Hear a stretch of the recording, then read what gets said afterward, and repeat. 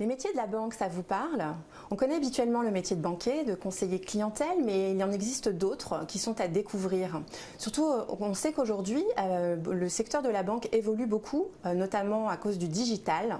Pour en parler, je reçois aujourd'hui Sandrine Lachenot. Bonjour. Bonjour. Vous êtes formatrice et intervenante pour le CFA d'IFCAM. Tout à fait. Alors, est-ce que vous pouvez nous dire finalement comment les métiers de la banque évoluent aujourd'hui et comment le métier de chargé clientèle, notamment, évolue par rapport au digital?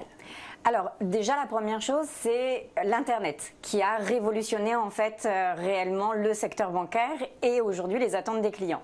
Et puis est apparu le digital et là ça a été le bouleversement total. Donc aujourd'hui la banque s'adapte et donc le conseiller clientèle se doit de s'adapter par rapport à ça. Donc aujourd'hui nous avons des clients qui sont beaucoup plus exigeants, beaucoup plus informés et qui vont chercher rapidement en fait les informations. De ce fait, les évolutions en fait sur les métiers de banquier ont eux aussi évolué. Aujourd'hui, on a en effet deux métiers importants qui sont en train de se dessiner. Nous avons le métier en fait de conseiller patrimonial et le métier de conseiller professionnel qui sont en train vraiment de prendre de l'ampleur dans le secteur bancaire. Est-ce qu'il y a d'autres métiers pour lesquels les banques ont de nouveaux besoins aujourd'hui ? Alors aujourd'hui en effet, comme je vous ai dit, le métier en fait de conseiller patrimonial, c'est quelque chose où il y a besoin en effet d'avoir une expertise importante. Et là on est sur des orientations par exemple pour des jeunes bac plus 5, enfin bac plus 4, bac plus 5, et la même chose en fait sur les conseillers professionnels. Aujourd'hui nos clients évoluent vers des demandes très particulières et en effet nous devons en tant que banquier en fait de répondre à cette notion d'exigence. Et puis le conseiller classique, traditionnel, lui aussi, aujourd'hui, accompagne le client sur la notion du digital, mais il est là aussi, en effet, pour avoir en fait une bonne orientation par rapport au client.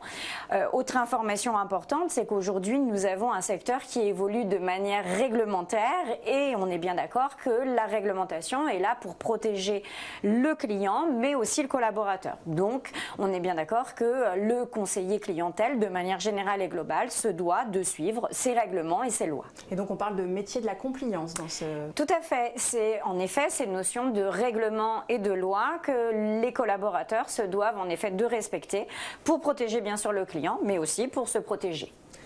Comment se forme-t-on au métier de la compliance ou au métier finalement du digital?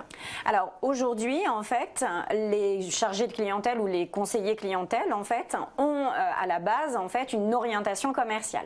On va dire qu'un bac plus 2 dans la notion commerciale est essentiel. Et puis ensuite sur des licences, donc bac plus 3 à bac plus 4 et 5 sur des notions de master, là on va aller en effet sur des métiers très spécifiques.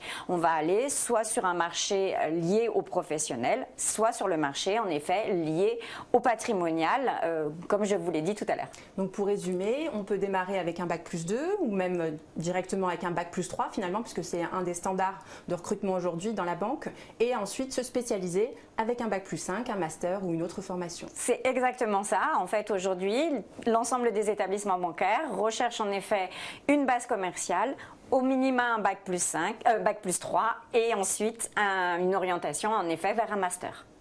Merci Sandrine Lachenot. Merci beaucoup.